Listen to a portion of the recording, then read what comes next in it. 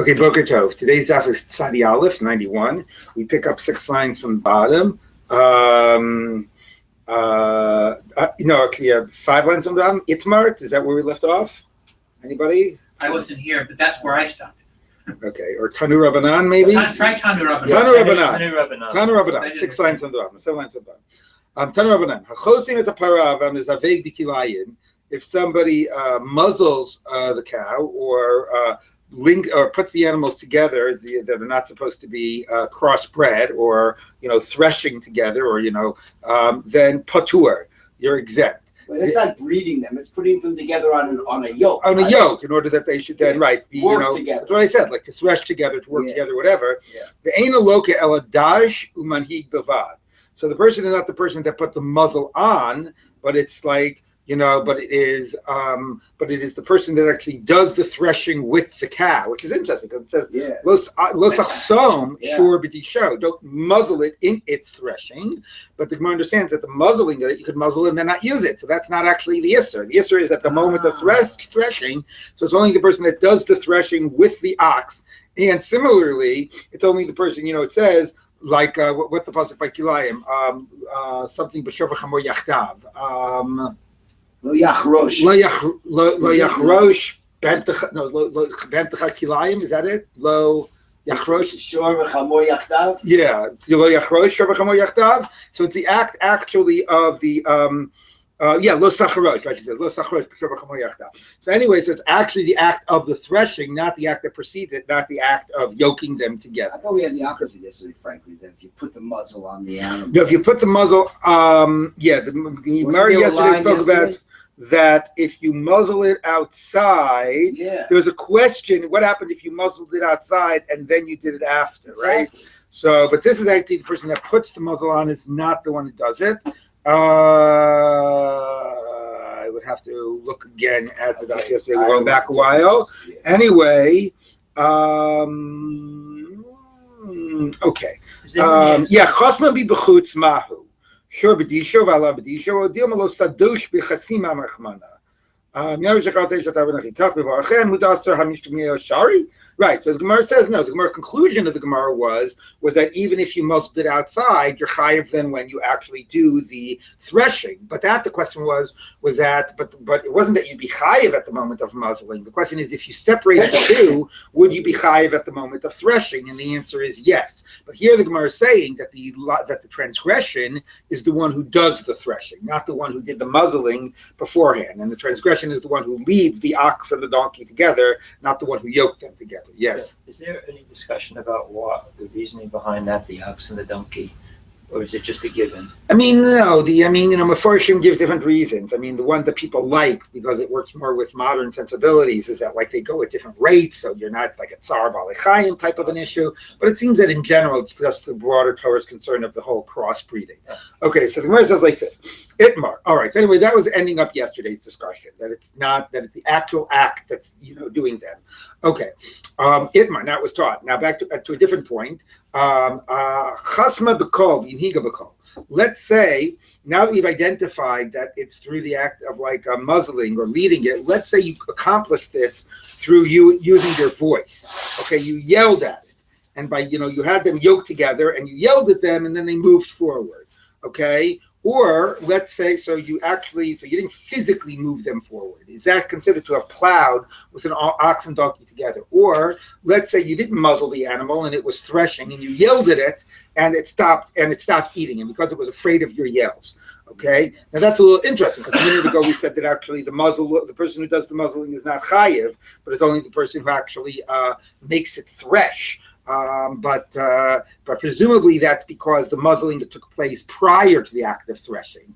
If you yell at it, so you are muzzling it during the act of threshing, the Gemara assumes that you should be liable. But the question is the act of yelling itself doing an action enough to get lashed? So really, you've transgressed, but is it an action? Correct. So Rabbi Yochanan Amar Chayiv, you transgress. Rabbi Shlomo you did not. Rabbi Yochanan Amar Chayiv, Akimat Hapiv Havi Maaseh.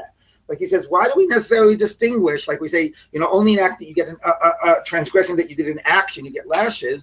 But moving your lips is also an action. What should it matter if it's like you moved your pinky and you flipped on a light on Shabbos or something like that, or if you moved your lips and you yelled, right? It's still using a part of your body to do something. So why is that any less of an action? Reish Lakish says you're exempt. Kala lo ave masa, because even though it was achieved through moving your lips, ultimately what did the work was your voice, and your voice is not your body. So it's not something that was accomplished through your body; it was something that was accomplished through your voice. Rabbi Yochanan challenges Reish Lakish. Lo shadam lahamir. It says that if you do tmura, lo yamir oto, you try to have an animal that's sanctified for a korban, and you try to exchange it with another animal. So the other animal also becomes kadosh. So the Mishnah says it's not that you're allowed to do this. Mumar, but if you actually did try to exchange the second animal, it's effective. The second animal becomes kadosh.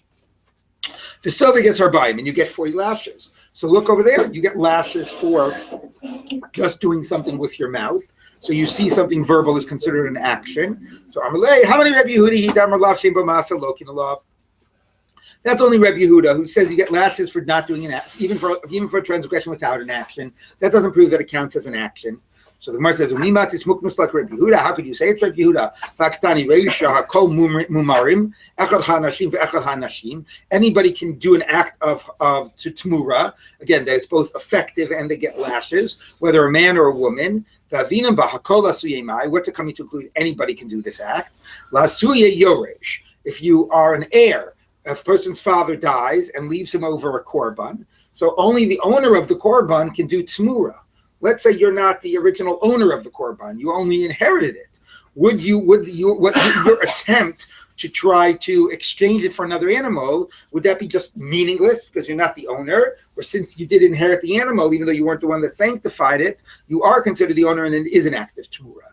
So the Gemara says the Mishnah there that says everybody can do it, even includes an heir, somebody who inherited it. And that's somebody he's enough the owner to do tmura.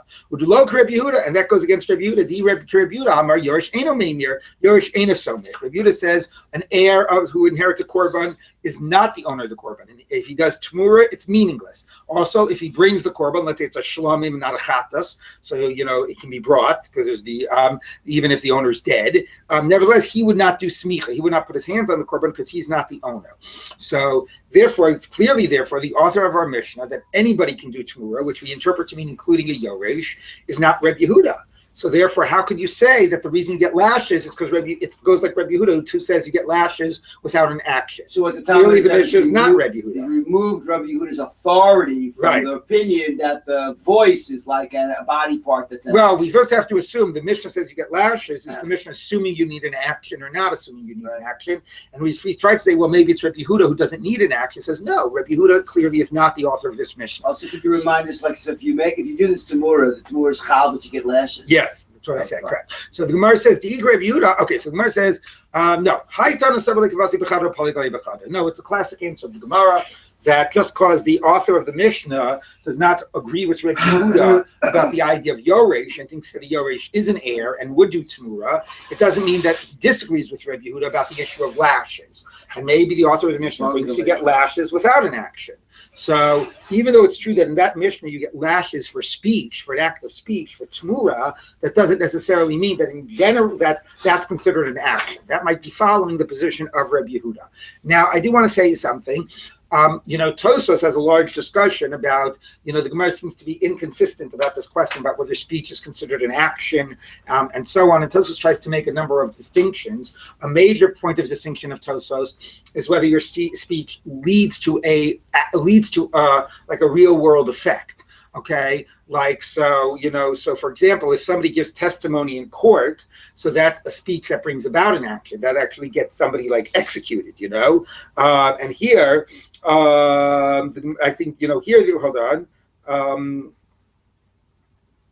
me just take a look.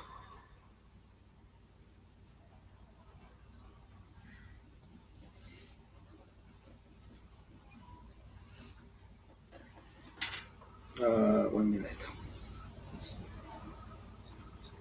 Yeah, so that's what he says. So Tosfos says the same thing is true over here, because here too, your speech leads to an action, right? The action that your speech led to was that it caused the cow to stop eating, right? It effectively muzzled the cow. So if you do certain types of speech acts, a speech which would not lead to an action is, let's say somebody, blasphemed God, right? Or, like lo sakalel cheresh, right? Or curse somebody or whatever, right? Those are type of speech acts that don't actually have any real world effect. Okay, so those types of things. What? Well, yeah. So those types of acts are acts that are speech acts without, which are more likely to be considered not an action. And so that's part of the issue here is that both of these speech acts lead to an action. One is that it sanctifies the animal when you do tmura. The other animal becomes sanctified, so it has some real world effect. Right, and the other is that your speech act silenced the cow. So that's one way. And Tosfos says that that's maybe more of a reason that this speech act could be considered an action rather than other speech acts. I think that there's something else going on here as well, which is the difference between voice and speech. Because, if we're talking about a question of, let's say, bearing testimony, or even like blaspheming or whatever, the idea of speech in that context is a sort of external manifestation of my thoughts, right? It's giving voice to my thoughts. But there, the fundamental meaning of that thing is the ideas, right, that are expressed in my words. So that's really not something that we just translate into a physical action. That's something that's much more about, my voice, my thoughts as they are expressed. Whereas here, not in the case of Tmura, but in the case of Chasima, there's no question of the meaning of your words. It's just your sound, right? The very sound waves that you are creating, those loud sound waves, startle the cow and silence it. So that is something that is much more fully part of the physical world, right? It's just a purely physical effect. So the same way if I hit somebody or I turn on a light or I do something with my body, if I move my lips and I create sound waves, right? If I hit like water and it creates ripples and it goes ahead and it does something, that would be an action. So if I move my lips and it creates sound waves and it startles the cow, that's a purely physical type of an act, right? And I think in that way, this is very different than other questions of the Gemara, whether speech is an action, because there much more has to do with the words that I've said and the meaning behind the words. So that's at least what I think is a little bit going on here, although it doesn't fit with the Gemara about Tmura. What? The Ruch She'amar, you spoke and the world was created. Right, exactly. So that's an action, the whole, right? Well, that's true. No, but part of the whole point is that even without an action, God created the world. But yes, but that would be Tosfos' example of words that create a real world effect, right? But anyway, but I guess you have all three possibilities, right? You have this, which is something that's not about words at all, that's just about sound, and that's purely almost like a physical reality. And then I find Rabbi Yochanan's position very persuasive. What do I care if I hit water and create ripples and that does something, or if I move my lips and create sound waves and that does something? It's all about a physical reality, right? Then you have speech that just exists in the world of speech and thought, right? I say something to you, you think something or whatever, there's no physical effect.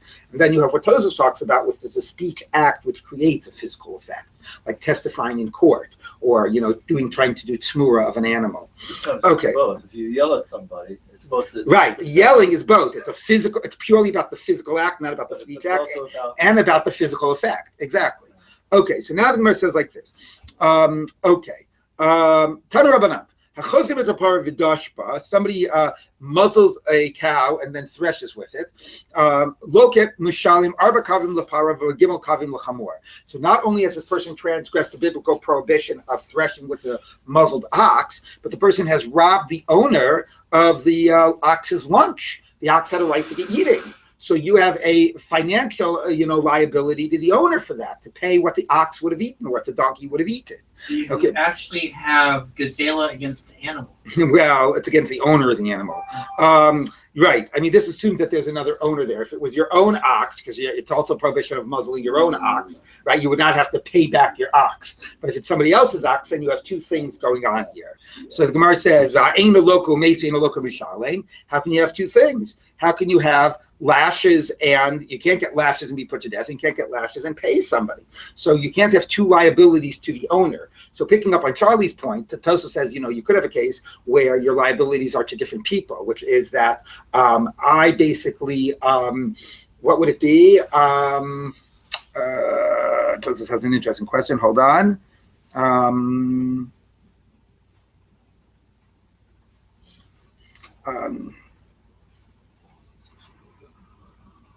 I'm not remembering. Tosfos has an interesting way of splitting the two people. Oh, no, I think that's coming up later. I'm sorry, that's coming up later, not this case. Okay, so if it's your own ox, you obviously don't have any financial liability, but you get lashes. If it's somebody else's ox, you have both lashes for transgressing and you have the financial liability for the person's ox had a right for lunch. So the Gemara says, but you don't get both. You normally don't allow a person both for the same act, both get lashes and to pay money. So how is this happening in this case? So the Gemara says, Amar Abaye, how many Rabbi Meir he? Amar Loka Mishalim. No, there's a position of Rabbi Meir by Eidim Zomimim that says Eidim Zomimim get lashes and they ought for testifying falsely, and they also have to pay if they were to say that somebody had to pay, right? They were falsely testifying somebody had to pay. So Vasitim Lo Kasher Zamam, they actually go ahead and they pay what they would have made the other person pay, but they also get lashes for transgressing the prohibition of testifying falsely. So this is Rabbi Meir. Rabbi Meir allows both to happen. So here you get lashes because you muzzled the ox, and you pay the owner for robbing his ox of lunch. You can extrapolate from 80 zones. So Tosfos has a whole discussion how you can extrapolate, but that's what the Gemara assumes. Rava Amar. Now Rava has a great answer that occurs in a couple of Gemaras. We've seen it before in Bava Kama. Esnan Asher Torah v'afilu ba'al imo. This has got to be one of those great distilled, like compact, statements that packs a punch. He says the Torah forbids gifts to prostitutes, even if a man has sex with his mother. Well, that answers that question. Let's move on. Now it makes total sense. So what the point is the following: a gift to a prostitute, a payment to a prostitute cannot be brought as a korban. Somebody gives a prostitute a sheep, she can't bring it as a korban. Yeah, so let's say, kill it. Right. Let's say the prostitute happens to be this man's mother. Okay, so in that act of sex, he has now been chayav like Misa, right? He did this biblical prohibition.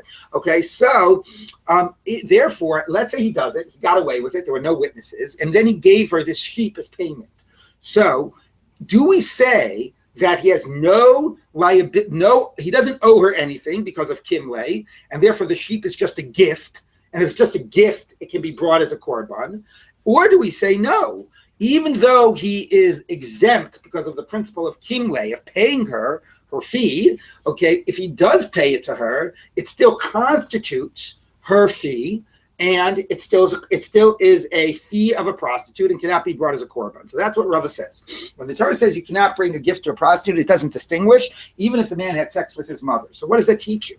It teaches you that even though we say kimle, it does not mean that there is no liability left afterwards. The way Rashi frames it is, we as the court cannot make the person pay. Kimle means we as the court have our hands tied. If we're already punishing him in one way, if we're already or prepared to punish him, if there had been witnesses, we would have given him lashes, we would have executed him, then we cannot do the lesser punishment. But that doesn't mean he doesn't owe the money. Okay, it just means that we can't do anything about it. So if he goes ahead and decides to pay her fee, it's not a gift. He really does owe it to her. We won't be able to take that money from him in court. Okay, we can't sort of act on that.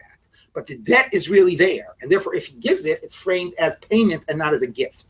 Okay, so here too, even if Rashi says we're going to change what the Mishnah means, it doesn't mean we will make this person, we'll give the person lashes for muzzling the ox and make him pay. We can't make him pay. There is a principle of kimle, but he should pay. Even though there's kimle, he still does owe the money. It's just we can't act on it. And therefore, that Tosfos even says that's the language of umishalem.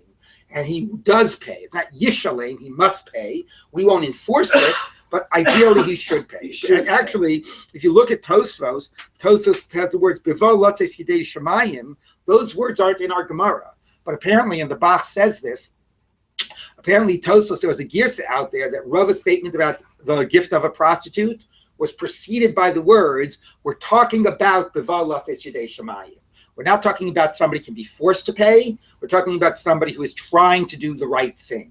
And if you want to do the right thing and fulfill your obligation, even though the court won't act on it, then you still have to pay, like this principle we learned from the case of the prostitute. And even if you say kimle, the liability is still there. And he should pay her, in other words. Well, in the prostitute case, he still owes her the money. He owes her the money. And if he gives it to her, it's defined as an esnan. And in this case, he owes the owner of the ox the money for the ox, what the ox would have eaten, even if, as a court, we won't make him pay. Now, it is interesting to ask, is this idea that there is still a liability even after Kimle, true in all cases of monetary payment. There's something unique about this case. Imagine, for example, that I went ahead and the Rashi says, like, I shot an arrow at a guy and it killed him and has ripped his shirt in the process. Okay? Would you say there as well that I have a liability to pay Latze Sidei Shamayim because of the damage? So maybe yes, maybe it's the same principle. That liability is there even after Kimle. But it could be we understand it differently. It could be that this case is a punishment, meaning this case, is the monetary obligation is not a type of a punishment. The monetary obligation is actually a contractual obligation, right? The reason that this person is paying is because what do you call it? I'm sorry, I'm just losing my train of thought here. The reason this person is paying in both the case of the mother and the prostitute, and the case here of the ox, is because not some type of a tort, but because of some type of a contractual obligation. He agreed to pay the prostitute. When he took this ox, he was effectively agreeing to allow the ox to eat. So it's a very interesting question. Should a contractual obligation not be enforceable just because the liability came at the time where there was some court-imposed punishment, like lashes or execution? Right? I think it's very different to think of an idea of kimle when we're dealing with a question of, like, to impose a tort, to make you pay for mazik, or certainly a fine, and we're not going to do that at the same time we're going to do lashes or death penalty, but as opposed to something like this, which is an obligation that's due to a contractual agreement. So it's not so clear to me that should be, that kimle should have the same effect. So in the two cases that Gemara is applying this idea of estan asotov afilu bal imo, right? One of them is, one of them is a case, they're both cases of contractual agreements. So it could be that dafka in those cases are ones where there still is a sense of liability. Maybe won't force the person to pay, but a sense of liability even after kimle. Yes. There's one of the issues, the language that is used in Sefer Devarim about paying a prostitute is kind of strange. It's about rigging the. It's about the Okay, but I don't want to go there now. Okay. Okay, so the Gemara says like this. Up Rav Papa. So anyway, that's answer number 2. Answer number 1 was it goes like Rabbi Meir. Answer number 2 was you still have a sort of an obligation, to the owner and to heaven and so on, even if the court won't impose it. And let's see what the next answer is. Rav Papa Amar Mishas Meshicha Chayv Li B'Mzonoteha. From the time of, he tries to separate the moment of the liability of payment and the liability for lashes. When you took the guy's cow and you were renting the guy's cow, okay, you became liable to feed it. And part of the feeding of the cow was meaning you were going to let it eat while it was doing the work. So your liability to feed it began at that moment. And then you didn't satisfy it, that liability, because you muzzled it while it was doing the threshing. Okay? Umilka lolaki ad shas chasima. But the lashes are for the muzzling. But because you muzzled, you're liable for the obligation you assumed when you first took the cow. And therefore, you're able to pay both because they're not coming at the same time.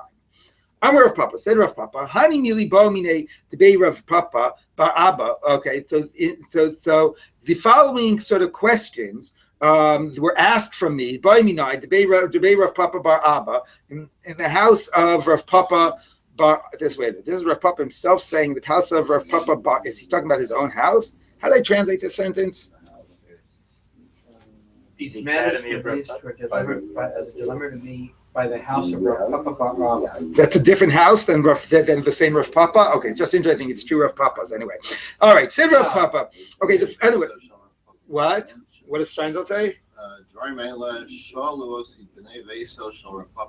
I guess he's a different Rav Papa. Okay, yeah. Fine. Anyway, I'm Rav Papa. The following things were asked from me from the house of Rav Papa bar Abba. And I concluded for them that both of their questions, the answer was Asr. Okay, they asked me 2 halacha questions. I said Asr to both. One of them, that halacha really was that it was Asr. The other halacha really was that it was mutter, but I was being extra strict. Okay, what were the 2 things? They asked me, are you allowed to make dough, milk bread? Are you allowed to make dough with milk? I told them that you're not allowed to. It's forbidden. The bread is forbidden. And that's the halacha. This really is the halacha, that you're not allowed to have milk bread. Titani, we turn to Brisa. Ein loshim et isa b'chalav. You're not allowed to make dough with milk. V'imlash, and if you do, kol paskul asura, the whole bread is forbidden. Because it'll lead to a sin, right? Will lead to a sin because you eat bread with every meal, and therefore if you have no bread, you'll eat it with fleishiks. And therefore, the whole bread is forbidden. Now, it's allowed if you have a siman on the bread. There are questions, what if you have a siman exterior to the bread? Like if your packaging says OUD, but there's no siman on the bread itself. That was the issue with Wonder Bread. Exactly. Anyway, but that's the halacha. The details are debated. Okay? Kiyotze, similarly, you cannot smear with a fat tail the oven, right? So I don't know what it does. It helps maybe lock in the heat or something like that. Apparently, there was a fat tail of a kosher of animal that was shechted properly. But the point is that it's fleishich. And if you did it, any bread baked in that oven would be forbidden. Not just that it would be fleishich, it would be forbidden. Until you fire up the oven to remove all of the grease. Okay, so that's the halacha of that milchik bread and fleishich bread are usher, even to eat by themselves. The other thing they asked for me, can you bring, this is why it's relevant, because we're talking about being close same the mouse of an ox, and we're talking about crossbreeding. So are you allowed to not actually do the physical act of crossbreeding, but to make the crossbreeding happen? You bring two different species into the same barn, and you lock the barn, and you hope that they crossbreed. I mean, I don't know if that would ever happen if somebody wasn't forcing it. But anyway, okay, upashki luhli sur, and I told them it was forbidden. The Lav Kilcha said that's really not the halach. I was just being extra strict. Damar Shmo says, if you want to have Adam testify that people committed a sin of forbidden sexual act, whether it was adultery or incest or whatever, you actually have to see them not just in bed together and acting in ways in which you can infer that they're having intercourse, but you actually have to directly witness the act of intercourse itself. The image used is like, I'm sorry, I misstated that. That's the next point. Benavin, it's kederach haminafim. Okay, this is actually debated. Okay, the derech haminafim means they look like adulterers, meaning they're going at it, and and all the actions, make it very clear what's happening, but you don't actually see the genitals. Okay, but you sort of see everything else, and it's you could pretty likely infer what's happening, but you didn't actually see the act of intercourse. Okay, is that enough? That's derech menafim. The contrast to derech menafim is kemichobish foferis, which is you're about to say, which is sort of like an eyelash applicator into the tube. Okay, which is basically a way of saying, if you got that image in your head, a way of saying to directly see the act of intercourse. So that's a question, right? Would you need to directly see it, or is it enough to see kederach hamanafim? So he says, "Benafim atliu kederach hamanafim." When it comes to testifying on adultery, you don't have to see the act of intercourse. You just have to sort of see them acting as in way. You see their bodies, and it indicates that they're having intercourse. Okay. But to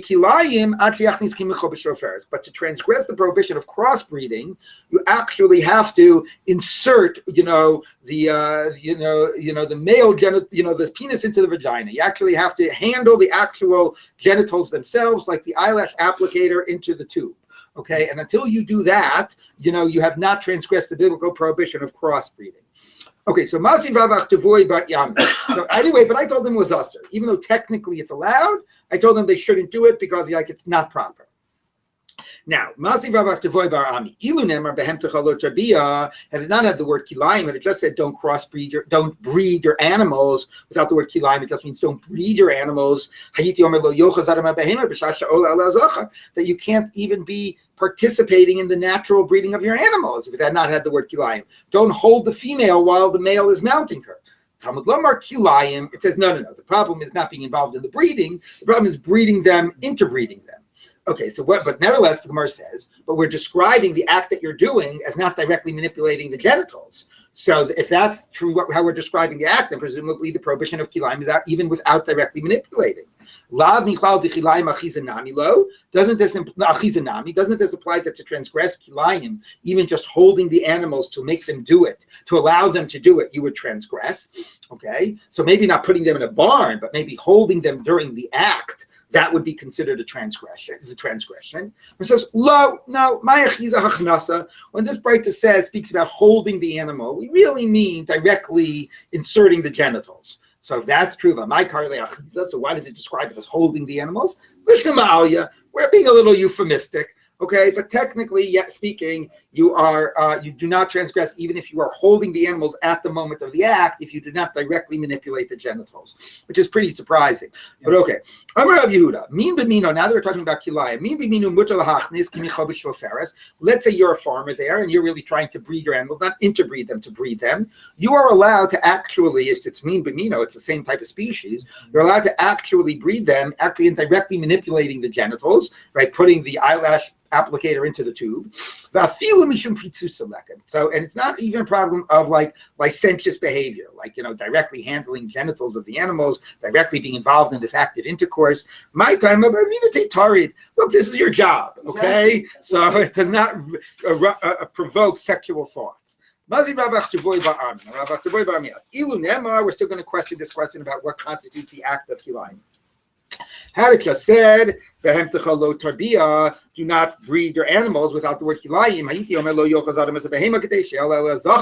That you can't even be involved in the breeding of the same species. Don't hold the animal when the male mounts it. Kilayim is forbidden. Hamin b'mino shari, but the same species is permissible. So let me just finish this. What Mar says, but again, it's the same question because it uses the phrase holding and not the direct manipulating. So the Gemara says, "Umin b'mino nami achiza in." Only thing that's allowed is holding them. So it's the same question, except before we were asking it from the kilayim perspective, and here we're asking it from the min b'mino perspective. You told me that min b'mino is not a problem of licentious behavior to directly manipulate the genitals. This Breita discusses only holding the animals not being a problem. It doesn't discuss directly manipulating the genitals. So the Gemara says, no, when this Breita says it's okay if it's the same species to hold it, it doesn't just mean hold it. It means even directly inserting. So then why was it called holding? Just to speak in nice euphemistic terms, but which is funny because it is halacha. You want to be more precise. But anyway, that's what at least this position is saying, is that it's permissible to directly manipulate the genitals of the same species, and of different species you don't transgress until you directly manipulate the genitals. Yes, Rabbi Dov, you had a question. Yeah, so is the concern of priesthood, is that the concern is to not become precariously close, not to have sexual thoughts, primarily, or not to jump and be the third in the party. No. The question is sexual thoughts. It's around tarbiyah, right? It's another way. I understand, but that's certainly not maybe. Rashi says it's sexual thoughts. Yeah, that's how Rashi says. But I mean, I debate Rav Ashi. So the following question was asked from Rav Ashi. I'm sorry. I'm Rav Ashi. Says Rav Ashi. Hamil Sabani I debate Rav Nechemia Reish Galusa. The following thing was asked to me from the house of Nechemia, of Rav Nechemia, of the Reish Galusa. Ma'ol hachnis mino mino v'sheino mino l'dir. Here, Rabbi. We have three of them. Okay, can you put in two same animal species and a third one into the same barn and lock the door? Even now, that assumes that just one of each type would be forbidden, which we said before was not the real halacha. But this is sort of assuming, well, maybe that's inappropriate, one of each type, but how about two in one? So what do we say? Since the cow there has a bull, it'll stick with the bull. It won't go to the other species. So or even so, we shouldn't put it in together with another species. And he concluded that it was forbidden. But that's not the real halacha. The same way mino isn't really the halacha, but we were being strict. Here too wasn't the real halacha, but we were being strict. Why? That's just, it's like licentious. I know licentious. Anyway, somehow it's improper. So halachically, you don't transgress, and you can put them in the same barn, but for these safeguard reasons, more pritzusa concerns, you shouldn't even put two of one species and a third of another. Okay, let's go on to the next Mishnah. Back to the issue of chasima, or the worker's rights to eat. Hayose biyadav avolo b'raglav. Let's say a worker was working and he was only working with his hands and not with his feet, or b'raglav avolo biyadav, or with his feet but not with his hands. Okay. Like he was stomping on grapes or something like that. Or even if he was working just with his shoulder. Now, I don't know, because you're schlepping something, I guess you're working with your shoulder and your feet. But I don't know, maybe you're just holding something steady while somebody else is, you're holding up a bucket while somebody else is taking from it or something. You're allowed to eat, okay? Because you're working. You're not allowed to eat until you're working both with your hands and your feet. Okay, so if you're picking grapes, I mean, you're moving through the vineyard and you're picking. You don't have to use your hands and your feet simultaneously, but it sort of involves both parts of your body. My time, what's the reason of the Tanakhama that it doesn't matter how you're doing the work? When you come into your friend's vineyard, however you're working in the vineyard, why should we limit it? Rabbi Yossi, Rabbi Yehuda, Omer, no, you have to use your hands and feet. My time, Rabbi Yossi, Rabbi Yehuda. He's sure, like an ox, because we've been linking the ox to the human, right, in terms of these ideas of their right to eat. So, ma sure, the sure when it threshes uses its hands and its feet. You could say an ox doesn't have hands and feet, but okay. So you too, you have to use both your hands and your feet, and otherwise you're not entitled to eat. By Rabbi Baravuna asked, let's say, according to Rabbi Yossi, Rabbi Yehuda, that you need your hands and your feet. Let's say an animal doesn't have hands. Let's say you were using ducks and chickens to do your threshing. It would be a very interesting threshing, very ineffective one, I would imagine, if you were doing it with ducks and chickens. You use an ostrich, didn't you? Okay, anyway, but it doesn't have any hands, okay? So what would be the halacha? Does he really mean hands and feet, or does he mean using like all of put all your body into it? So in this case, the animal is putting all of its body into it. Va'ika. Oh, no, technically it's hands and feet. And you don't have it. Take. So he says we don't know.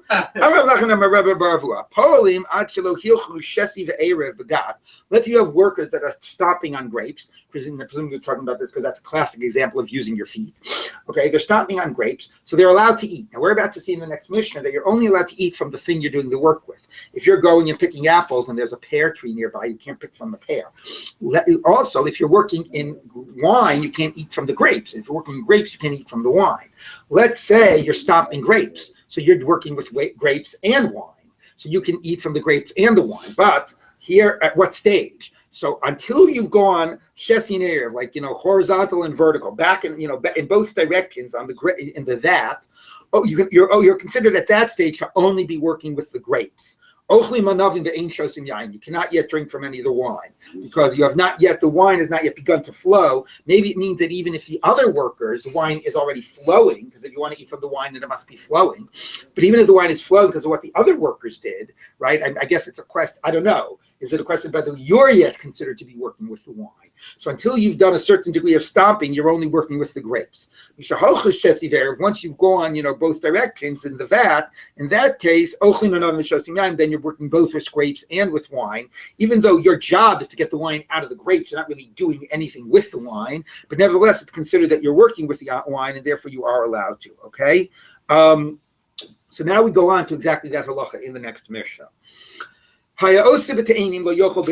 you're working with figs, don't eat grapes. Grapes don't eat figs. Even though you're allowed to, you can't, eat something else. You can choose not to eat the grapes that are right in front of you until you get to the place in the vineyard where the grapes are very good. Okay, so you can choose when you're going to eat those grapes, and then you can eat. Now, all of the time you're allowed to eat is only while you're doing the work. But in order to return lost objects to the owners, we'll see what that means, basically to save the owners the time of the workers, the Polim can eat when they go from one row to the next row. When they return from the threshing floor, because imagine what's going to happen, right? So you're telling me that that I can only eat while I'm working, and I can only and I can wait though till I get to the good grapes. So I'm going to go through this sort of row, and then I'm going to sort of stop here at the end of the row where the grapes are good. I'm going to eat here, okay? And I'm not going to be, and I'm going to take my time, right? I'm going to eat a grape and then put some grapes into the bucket, put some grapes into the bucket, because as soon as I leave this row, I'm not going to be able to continue to eat the grapes, right? If I won't eat these grapes, and as I'm walking over to the next row, I won't be able to eat because I'm not doing malacha. So what they actually said is, better for the owner, for the sake of the owner's time, that what we're going to let me do is grab a bunch of grapes and then eat them as I'm walking to the next row. Okay, so it's technically not shat malacha. Okay, or when I'm returning back from the threshing floor, okay, grab some grapes and eat them on my way back, right? So then I'm not taking away any of the owner's time. So technically, I'm not allowed to eat, but it's better that I'm not stopping my work. But it's the best. It's actually this is the owner would prefer. Eat it when it's not going to be distracting you from your work. Okay, so that actually is what we have structured it, even though that's not technically when the person is allowed. Ubechamur, now a donkey can eat kishihi porakes when it is unburdened or as it's being unburdened. We'll see what that means in the Gemara. Ibailu. Now they ask the following question.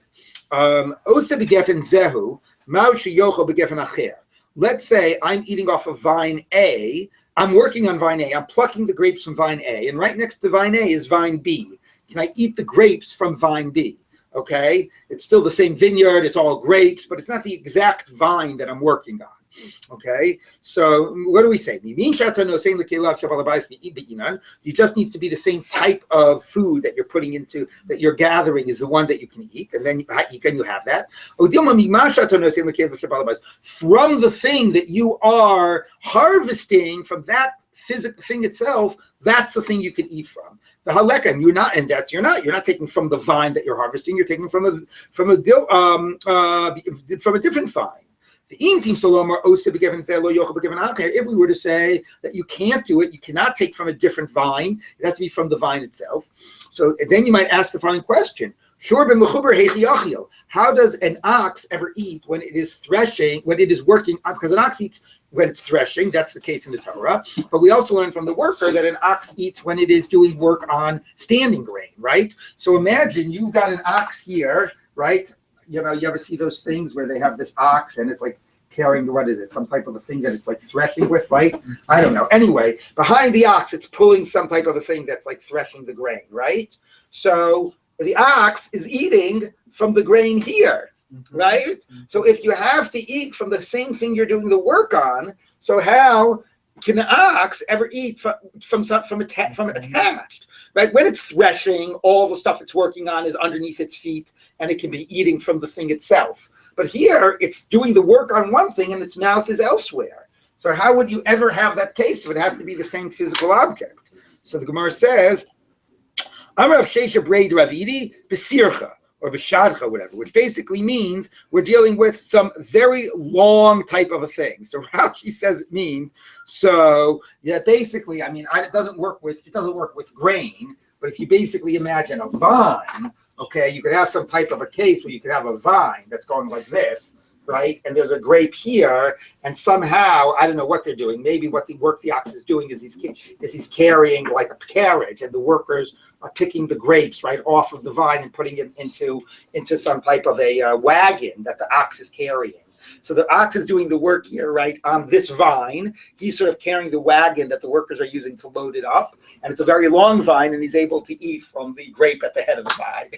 So that would be the case if you needed it to be the same actual thing, not just the same species, but the same thing that you can eat from is the one that you're doing the work on. So what's the halacha?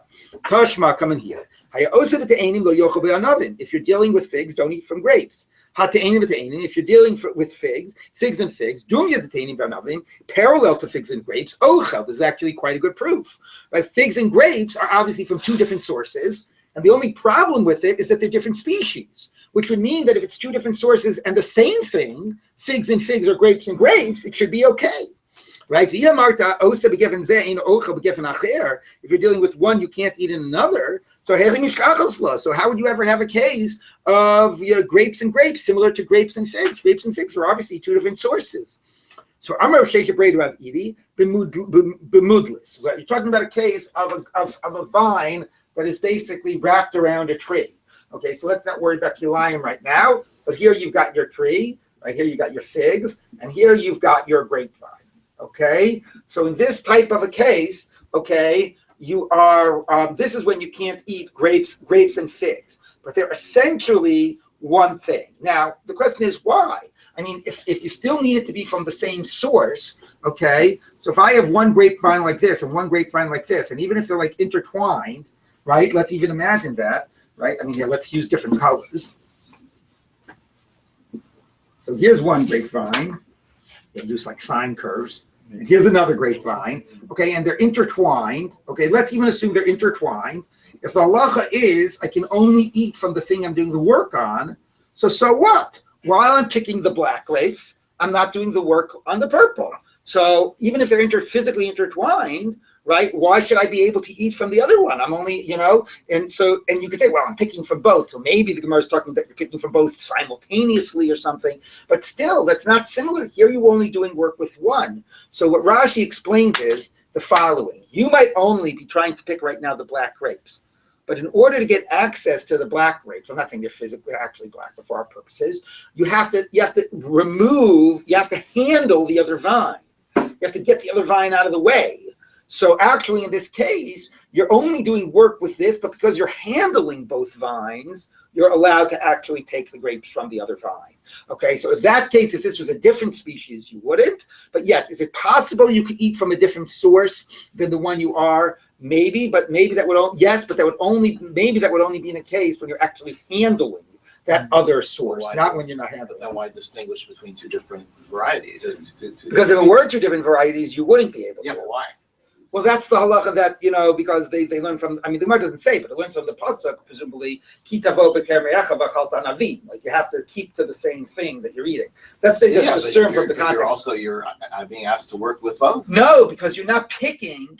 See, that's what she says. If you had to, let's say, move this out of the way to get access to this, your job is still only on this. So you're not entitled to eat the grapes. Okay, well that's the halacha, If you're only your job is to move one to get the other. That's your job. Right. So that's part of the chiddush here. That it's not enough to be handling it; you have to be harvesting from it. So in this case, if you're only harvesting from this, you don't have a right, even if you're handling here. Even if you're only harvesting from the black, it's true. I understand. My grapes, but keep your hands off of my figs. Yeah, but I do understand the logical issue here. Yeah. But this is all academic because it's all going to be because of Kalayim. No, not necessarily. It depends on their other things. So we're not going to worry about that. Okay, Tashma. Okay, so we still have an open question. I agree with Dove's point because it's a little bit strange, right? Make up your mind. Like if the halacha is that you're considered to be working with the thing that you have to move out of the way, then it shouldn't matter if it's a different species. And if you're not working with it, why are you allowed to eat from it if it's the same species? But anyway, that's how the Gemara solves this problem. Okay, Tashma, come in here.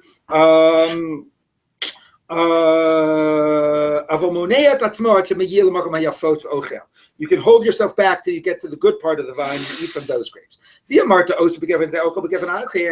the Gemara says, well, but why do you have to do that? There's a much better solution, right? Why should you wait till you get to the head of the vine and do all your eating there? I got a way that you can do your eating wherever you are. Why? Here you are, you're in the middle of the vine. So what you should do is you run to the head of the vine, grab a big cluster of grapes, come back to where you are, do your work here, and eat from the grapes here while you're working at another part of the back here in the row. So clearly the reason you're not allowed to is because you're only allowed to eat from the grapes that are immediately in front of you. Or the Gemara, now you could say there's a difference between in front of you and from literally the same vine. That's what I would have said. I would have imagined that what the Torah is doing is letting you sort of do from the stuff that's sort of like Shor B'disho. You see this stuff immediately around you, you're allowed. You can't go run somewhere else and take it. But immediately around you is a different, the Gemara sort of assumes very narrowly. No, only the same vine. So anyway, from here, you see that you are limited to the same vine, because if you weren't, why not run and get some good grapes and bring them back? So the Gemara says, no, Hasam mishum bitul malacha lo kami bayalan. That's the reason you can't run to the head of the vine. It's because you're leaving your job. You said before, right? Our question would be that you got your wife and your kids with you, and you want to send them to the head of the vine and bring it back. You're not leaving your job. Are you allowed to do that?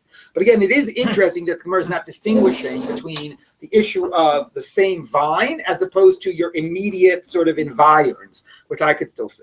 Toshma coming here. Oh, by the way, Dov gets a mazel tov. He's a grandfather. Mazel tov. All right. Sorry, I sent you an email, but I forgot to tell you a person. Okay, Toshma coming here. Technically, you're only allowed to eat when they're doing the work. But in order to save time, their workers' time for the owners, they can eat when they go from one row to the next row. When they come back from the threshing floor. So now, Savrua, we were assuming. Here's the question. I said this different when I read the Mishnah. Do we assume that the walking from one vine to another is considered like you're still doing work for the owner? Like logically, yeah, if that's part of what you need to do the work, right? So that's the question. Why does the Mishnah have to say we need a special condition to let the workers eat when they're going from one row to the next? Aren't they still doing work for the owner? Isn't going to the next vine part of working for the owner? So that we're assuming that it is part of working for the owner. So why do you need a special halacha? And nevertheless, it's saying that they're only eating because of the special takana, not biblically. Now, why not? So you see that the problem, why we had to make a special takana, is because if I pick the grapes at row A and I'm walking over to row B, it's not like I'm not doing malacha now, but it's that my malacha is done with row A. And once my malacha is done with row A, and my walking is for the sake of row B, I can't be eating the grapes from row A. Okay, so if you assume I'm still doing malacha, the only reason I can't eat is because the grapes were from a different part of the vineyard than I'm doing malacha in right now, or from a different vine. So doesn't that prove that you cannot eat from a different vine? It says, no, you can't eat from a different vine. But the chiddush here is that walking is not considered doing malacha.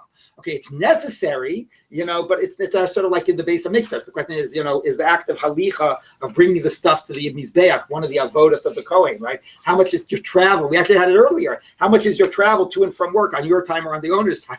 Anyway, how much is this a necessary part of the job, or is this the job itself? So the Gemara says the reason you need to allow him to work from going from one to the next is not because he can't eat grapes from one part to a different part. It's because right at this moment, he's not considered to be doing malacha. Okay, so it leaves open those two interpretations of the Mishnah.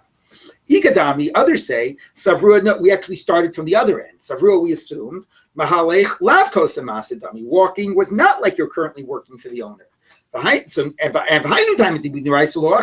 reason, you're not entitled to eat from the Torah when you're going from one row to the next. You're not currently doing any work for the owner. Were you doing work when you were going from one row to the next? You would be entitled to eat.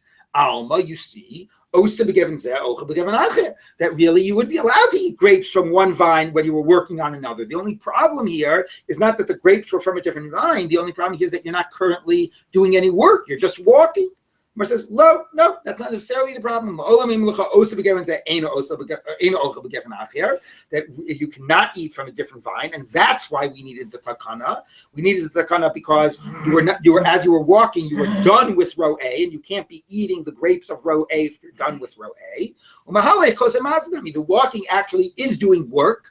You are doing work for the owner, and the problem was not that you weren't doing work. The problem was that you were eating the wrong grapes. Okay, so two interpretations of the Mishnah, why we needed the special takana. Did we need the special takana because as we were going from row A to row B, you weren't doing work, and therefore we needed the takana to let you eat while you weren't doing work? Or, no, you were doing work, but you were done with row A, and we were going to let you to continue to eat the grapes of row A, even though you were done with it. So we haven't answered our question, but if you're working on one vine, can you eat from the other vine?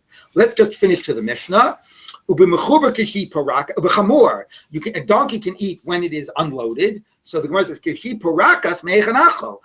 after it's unloaded, where's it eating from? Right? Why does the work is done? So why is it allowed to eat? Until it's unloaded. As the donkey is carrying the stuff, until you unload it, it can eat. Tanina lahad Tana Rabbanan, we talk about our rabbis. But if you have these big bags, right, and a little hay is sticking out, right, they can turn their head around and eat from the stuff that's being carried on their back. You